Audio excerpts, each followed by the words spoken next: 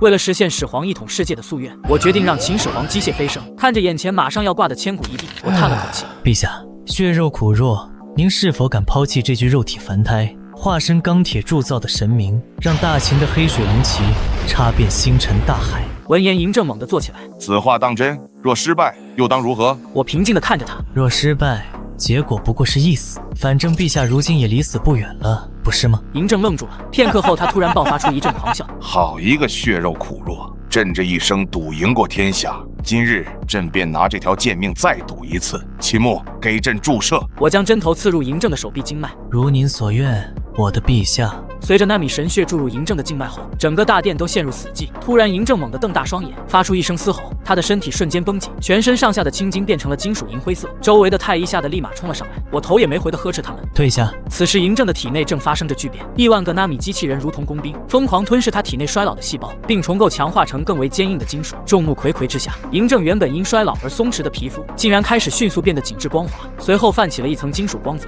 他的头发以肉眼可见的速度变黑，每一根发丝都带上了金属质感。嬴政感觉到了前所未有的力量感，不再是属于凡人的肌肉力量，而是来自液压引擎的澎湃动力。系统提示：宿主秦牧，始皇0号机改造进度99%，神经链接建立完毕，视觉模块重组完毕，核心能源炉点火成功。龙榻之上的黑金色身影停止了挣扎，缓缓坐直了身体，口鼻中一道白色蒸汽喷涌而出。我微微欠身，陛下感觉如何？嬴政没有说话，他抬起自己的右手，一只完美的黑金机械手掌，掌心闪烁着能量流光。他轻轻握拳，空气却直接被捏爆，发出砰的一声闷响。他抬头看向大殿，原本黑白分明的瞳孔被猩红色的电子光芒取代。在他的视野中，世界已经变了，太医们的各项指标都化作数据流在他眼前疯狂刷屏，世界不再模糊，一切都在他的计算与掌控之中。他扫视过底下跪着的太医，朕从未如此清醒过。他赤裸的脚踩在地面上，发出铿锵的金石之音。他随手抓起身边那尊青铜香炉，重达100斤的青铜器在他手中轻若无物。嬴政五指收拢，坚硬的青铜竟然像烂泥一样被他单手捏成了一团废铜烂铁。所有太医早已吓瘫在地上，陛下变成怪物了。嬴政随手丢掉废铁，转过身，那双猩红的电子眼死死盯着我。秦牧，这便是机械飞升，很好，这具身体才配得上朕的野心。我躬身行礼，恭喜陛下重获新生。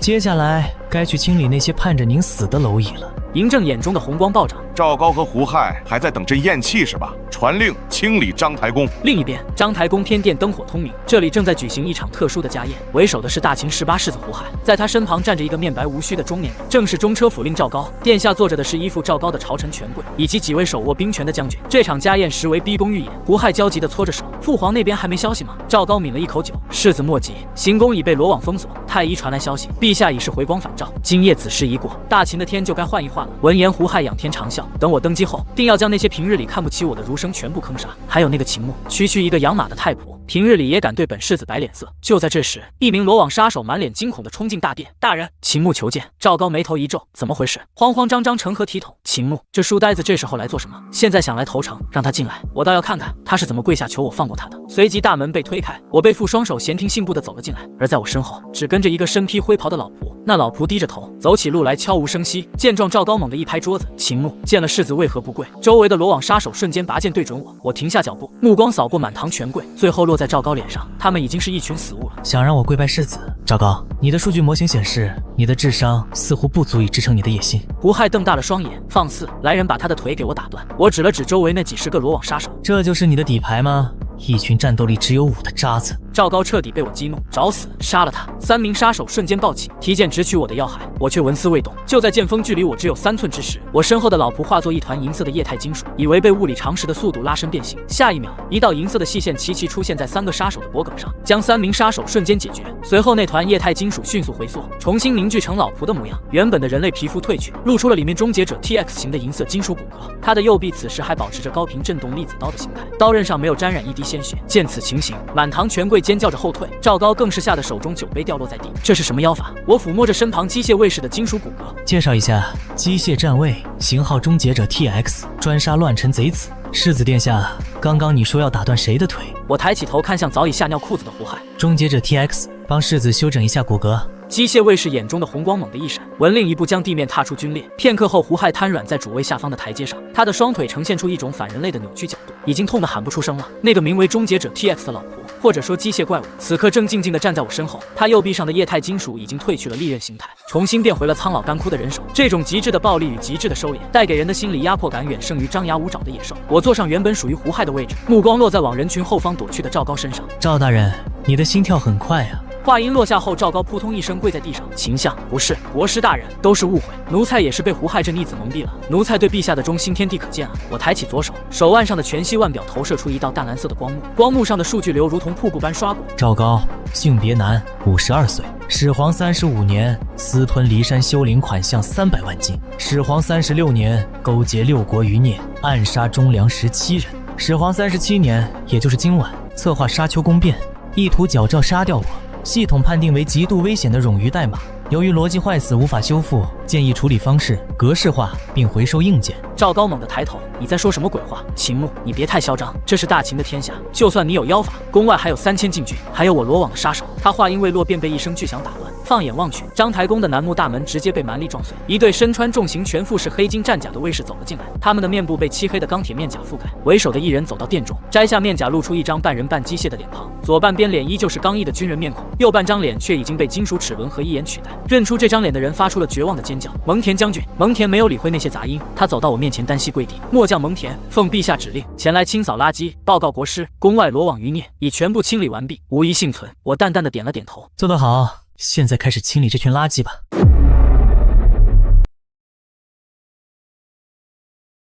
蒙恬站起身，看向那群大臣，所有人都被我的话吓得瑟瑟发抖。我念出了第一个名字：李斯。数据评估逻辑混乱，但算力尚可。角落里的丞相李斯浑身一颤：秦牧，我乃大秦丞相，你不能杀我。闻言，我抬手打断了他：你虽然贪生怕死，但脑子还好使。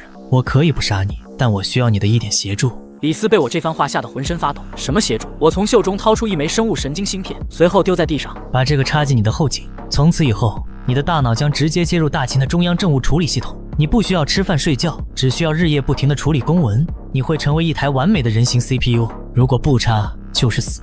这时我身后的蒙恬猛地一跺脚，将地砖踩得粉碎。见状，李斯捡起芯片刺入自己的后颈，一阵惨叫过后，李斯猛地睁开双眼，嘴里开始快速念叨：大秦律令第320条，咸阳粮草调度优化方案。计算中。看到这一幕，所有人都崩溃了，这比死还要可怕，这是灵魂的囚禁。我看向早已下瘫的赵高，接下来是你，赵高。赵高在地上疯狂乱爬，别过来，我是陛下的狗，别杀我。他试图去抱蒙恬的大腿，却被蒙恬一脚踢飞，撞在柱子上。我走到赵高面前，蹲下身。我刚才说了，你的硬件还是有点用的。大秦的生物算力阵列还缺一个主控节点，你的脑容量很大，足以容纳整个咸阳城的监控数据。我从袖子掏出了一根粗大的金属探针，这一针下去，你的意识会被彻底抹除，只留下神经反射，你会活着，但再也不是你了。没有任何犹豫，我将金属探针刺入了赵高的天灵盖。赵高发出凄厉的嚎叫：不要，求求你杀了我，杀了我啊！赵高的惨叫声戛然而止，强烈的电流瞬间烧毁了他的额叶，身体剧烈抽搐了几秒后，猛地僵直。当他再次抬起头时，那双眼睛已经变成了2颗散发着红光的摄像头。他张开嘴，发出冰冷的电子合成音：接入成功，节点编号002，监控系统启动，正在扫描全场。我站起身，把剩下的垃圾清理干净。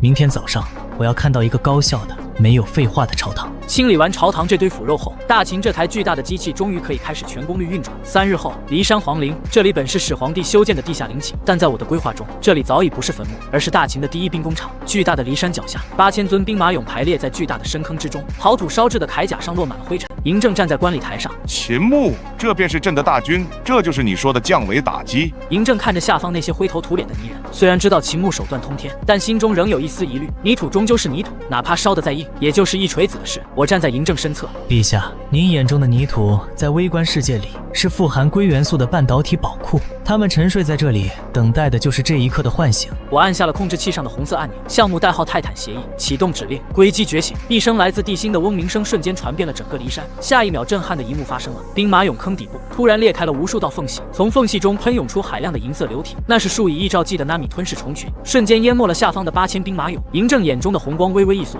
这是发生了什么？我冷静地回答他，重构开始，纳米虫正在吞噬陶土中的硅元素，重组分子结构，将脆弱的陶土转化为碳化钨合金与高强度记忆金属。就外壳剥落的碎裂声从坑底传来，最前排的一尊贵社勇猛地站了起来。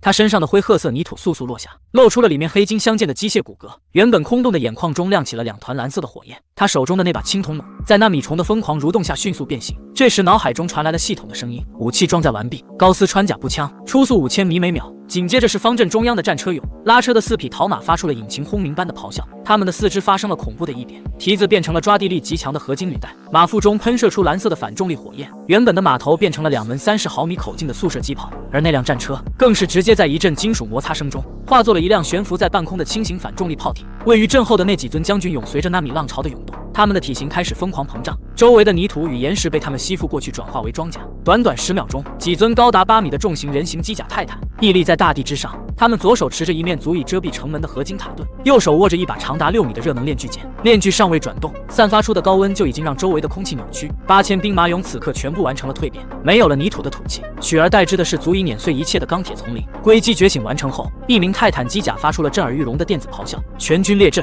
8000机械锐士同时举起手中的高斯步枪和链锯剑，齐声怒吼。8000台引擎同时轰鸣的声浪震得骊山都在颤抖。嬴政看着这一幕，身体因为极度的兴奋而微微颤抖。他通过神经网络能感觉到，这8000个机械单位都在向他臣服，都在等待他的指令。这种掌控感比统御100万血肉之躯要强上1万倍。嬴政爆发出一阵狂笑，他猛地拔出腰间的天问高频粒子剑。好一只钢铁雄狮，秦墨，你给了朕一个大大的惊喜。我微微躬身，陛下，这只是大秦工业化的第一步。只要资源足够，我们可以把整个秦岭都变成我们的兵源。现在这支军队需要一场战争来检验性能，也需要足够的生物燃料来补充能源。嬴政转过身看向北方，那里是匈奴的草原，也是大秦的心腹大患。嬴政剑锋直指北方，生物燃料，那40万匈奴骑兵够不够？我含笑点了点头。作为第一批电池，勉强够用。嬴政大手一挥，披风后的能量一猛地喷射出耀眼的光芒。传朕旨意，目标北境，全军出击。朕要用匈奴人的血来为大秦的机甲开光。长城之外是一望无际的荒原，此刻这片荒原已经被黑压压的骑兵填满。匈奴头曼单于集结了左贤王、右贤王以及各大部落的兵力，号称40万大军，意图趁着始皇帝病危、大秦内乱之际，一举南下木马中原。长城之上，守卫边关的将士看着城下的敌人，眼中满是绝望。下属频频传来噩耗：将军，箭矢不多了。将军，东段城墙被匈奴人的巨型投石机砸坏了。就在所有秦军将士以为今日必死无疑之时，天空突然暗了下来，并不是乌云遮日，而是巨大的阴影。战场上原本喧嚣的喊杀声，像是被一只无形的大手突然掐断。无论是攻城的匈奴人，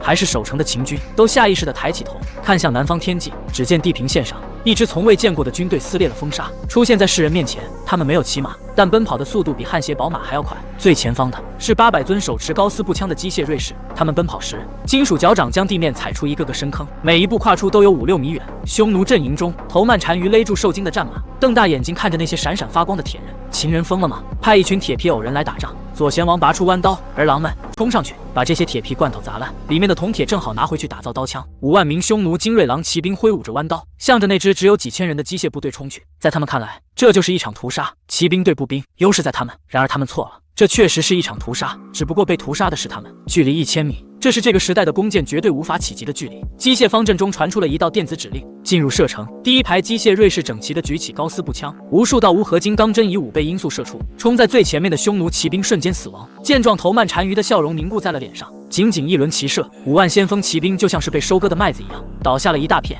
这时第2道指令下达，自由射击模式开启，近战模组预热。机械锐士们散开了队形，而在他们身后那8尊泰坦机甲启动了背后的喷射引擎，庞大的身躯冲天而起，划出一道道抛物线，直接砸进了匈奴骑兵最密集的阵型中。冲击波将周围的骑兵直接震死。泰坦机甲站起身，手中的热能链锯剑横扫过战场，任何阻碍在高温链锯面前都像豆腐一样脆弱，一刀下去就是几十人的死亡。匈奴人彻底崩了。怪物长生天啊，这是地狱里爬出来的魔鬼。他们的弯刀砍在机甲的腿上，连漆皮都蹭不掉，反而震得自己虎口崩裂。他们的箭矢射在机甲身上，只能听个响。这是一场完全不对等的降维打击。此时，在战场上空的旗舰飞艇内，嬴政端坐在王座上，手里端着一杯红酒，透过全息屏幕欣赏着下面的杀戮盛宴。我站在他身边，看着屏幕上的能量回收进度条。陛下，这些匈奴人的身体素质不错，生物能提取效率很高。这一仗打完，我们的备用能源库就能填满了。嬴政抿了一口酒，那就一个别留，朕要这草原上连一只老鼠都不剩下。战斗结束后，40万匈奴大军消失得干干净净，大秦的机械军团静静矗立。嬴政站在长城之巅，看着北方空荡荡的草原，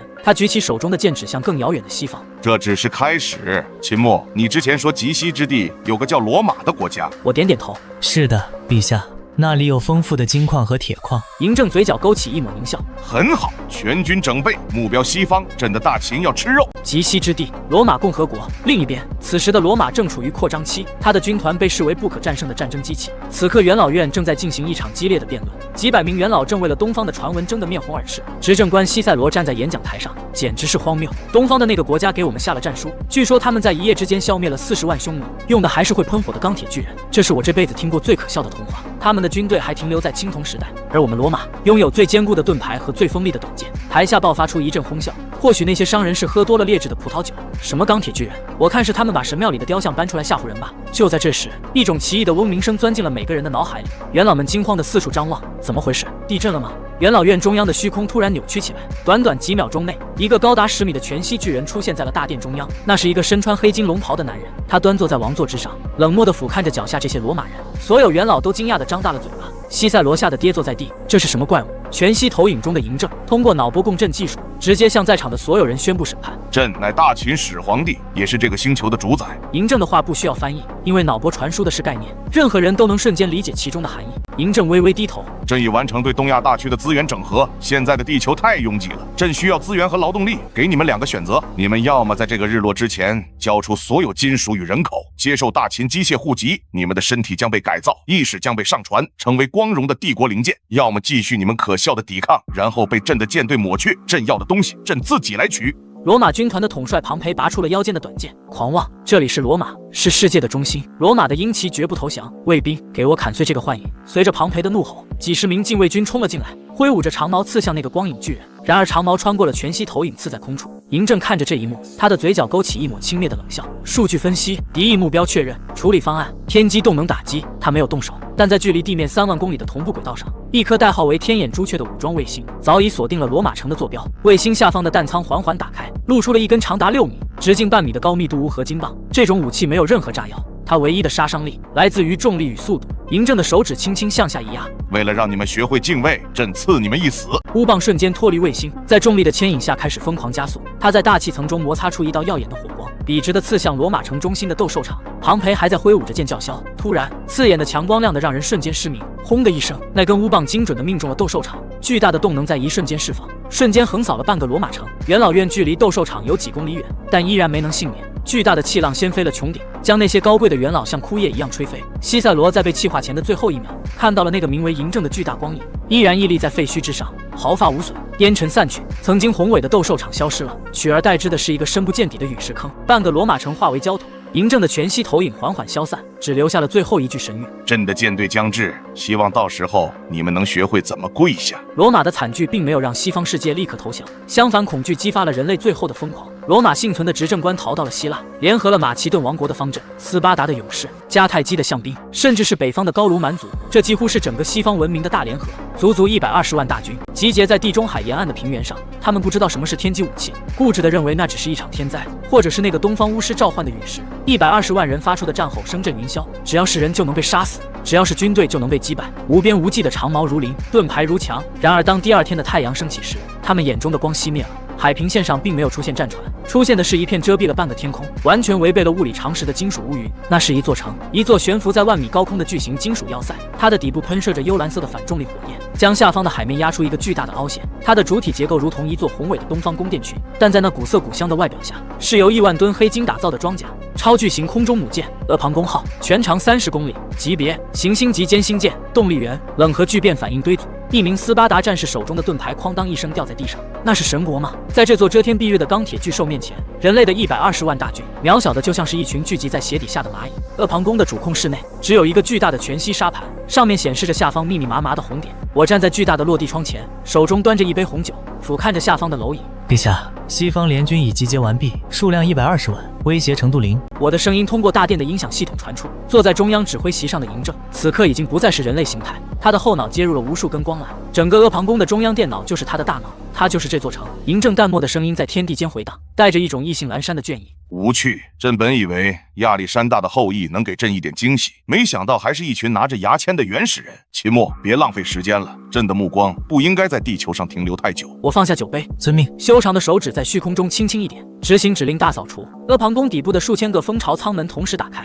数以百万计的黑点如同暴雨般倾泻而下，那是猎杀者自爆无人机群，每一只无人机只有巴掌大小，腹部挂载着高爆微型导弹。联军统帅凄厉的嘶吼，举盾防御，但在无人机群面前，盾牌就像纸一样可笑。密集的爆炸声连成了一片，无人机群如同蝗虫过境，精准地钻入每一个方阵，然后在人群最密集的地方引爆。斯巴达的方阵瞬间崩溃，马其顿的长矛折断燃烧，迦太基的战象被炸得四分五裂。但这还只是开胃菜。电子音响起，主炮充能完毕。阿房宫的最下方，一门直径超过100米的巨型炮口缓缓探出，毁灭光束震国发射，一道粗达100米的赤红色光柱笔直地轰击在联军的中央所横扫过的地方，任何人连惨叫都来不及发出，就在1秒内被气化。短短10分钟，120万大军消失了。我看着下方的杰作摇了摇头，这就是差距。毁灭你与你何干？大清洗之后，世界安静了，再也没有任何一个国家敢对大秦说一个不字。大秦历始皇42年，此时的地球已经完全变了模样，曾经的国界线彻底消失，取而代之的是大秦的36个行星行政区。无论是恒河畔的孔雀王朝，还是尼罗河边的埃及，所有的神庙都被推倒，取而代之的是高耸入云的能量收集塔。人类的社会结构被彻底重构，除了少数保持纯正血统的老秦人作为管理者，其余所有被征服的种族全部接受了半机械化改造，他们的脑后插着芯片，身体植入了一直不知疲倦的劳作，他们不需要思想，只需要服从。这就是我提出的人类补完计划，消除纷争与懒惰，实现绝对的效率。而在东方的神州大地，一项堪称神迹的工程正在收尾，万里长城不再是一堵防御匈奴的土墙，在我的主持下，长城被加高到了1000米，通体由超合金打造，它的内部是一条巨大的环地球粒子加速器，它的顶部是一圈近地轨道防御环，从太空中看去，就像是给地球戴上了一枚银色戒指。而在长城的东端，东海之滨，一座宏伟的让人窒息的通天塔，直插3万公里的同步轨道，巨大的轿厢日夜不停地向太空输送着物资。在同步轨道之上，悬浮着一座比阿房宫还要庞大100倍的太空城，这就是南天门太空港。太空港内灯火通明，这里停泊着整整3000艘秦级星际驱逐舰，每一艘战舰都长达1000米，流线型的舰身上铭刻着秦字小篆，它们预热的引擎喷射出的蓝色离子流照亮了黑暗的深空。最高观景台上，嬴政身穿终极版的恒星级主宰战甲，负手而立，这套装甲已经不再局限于人形，背后悬浮着12枚浮游炮单元，如同12轮微型太阳，散发着毁灭性的波动。他的面容依旧是30岁的模样，但那双猩红的电子眼中沉淀的是足以吞噬星河的野心。在他身后，我依旧是一袭白衣，我的意识已经上传至量子云端，成为了这个帝国的永恒智脑。只要大秦的网络还在，我便无处不在，永生不灭。陛下，地球的资源已经开采了40%。无数光点凝聚成我的身影。根据浑天仪深空望远镜的观测，在距离我们4.2光年的半人马座发现了高能反应，那里极有可能存在2级文明。嬴政看着窗外那深邃无垠的星空，也就是说，那里有更强的矿工，更好的电池。我点了点头。理论上是这样，不过那个文明似乎拥有恒星戴森球的雏形，实力不容小觑。嬴政猛地转身，那又如何？他拔出腰间那把已经升级为崭新暗物质光剑的长剑，剑锋直指那浩瀚银河。秦牧，你说这漫天星辰中是否也有其他的神？我推了推鼻梁上的数据眼镜，或许有，但在大秦坚星炮的射程之内，他们皆为伪神。嬴政爆发出一阵狂笑，说得好！笑声通过量子网络，瞬间传遍了整个太阳系，每一个大秦子民，每一台机械卫士都听到了这位至高主宰的宣言。传朕旨意，大秦帝国即刻起晋升为银河帝国，点火起航，目标半人马座。朕要让这漫天神佛都知道，凡日月所照，皆为秦土，即使是星空，也要插上朕的黑水龙旗。随着始皇帝的一声令下，3000艘星际战舰缓缓脱离港口，排成整齐的攻击阵型，向着未知的深空进发。地球越来越小，最终变成了一颗蓝色的弹珠，但这颗弹珠上释放出的钢铁意志，将在未来的亿万年里，让整个宇宙为之颤抖。凡人的历史结束了，大秦的星际神话才刚刚开始。